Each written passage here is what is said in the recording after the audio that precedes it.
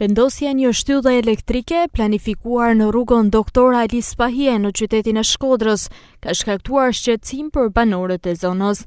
Ata thonë se kjo ndërhyrje pengon hyrjen në banesat e tyre dhe ngushton ndjeshëm rrugën, duke prekur rreth 200 familje. Banorët kanë depozituar ankesë pranë policisë bashkiake dhe presin që institucionet përkatëse të ndërhyjnë për zgjedhjen e kësaj problematike. Një shtyllë që shopi kjo gropi këtu, kjo penalizon hyrjen tonë në shtëpi. Janë rreth 150-200 familje që një këtu përshkohen, me gjatë kjo një rrugë hyrëse këtu, një rrugë dali atje, që në 2 gratë nuk mundrohen 2 makina, është për një makinë. Dhe me thani, 150 familje, 200 familje, i këtë rrugë që është 3 metra e lejtë sot, të fillu të kështylla.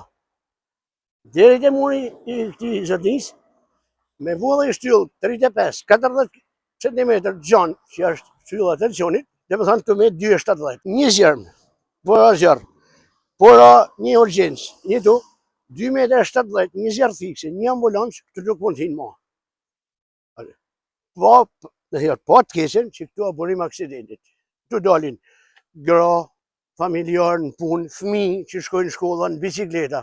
Dhe me thanë që në gjdo moment që një du, kalem një, unë kur do me hinë shpiteme, do të nalem unë, ose do t'ullin atë. Kur kena orë, e kena luan na. Kam luan edhe 1 metër atë për hajrot, me kalu njerëzit kam mësuar, ta vjen një shëletriku, dhe me bu shtylla 4 dheshe, shkon rrugica 2 metër e 30. Ku hin ambulanca, ku hin zjarë fikse, ku hin me rëllot plashit ose me rëmojt makinet. Jena familjar, ju lutem mos ta mbini në qofë. Sipas tyre, vendosja e shtyllës vështirëson qarkullimin e mjeteve të emergjencës, si ambulanca dhe zjarfiksja, duke u kthyer në një shqetësim për të gjithë zonën.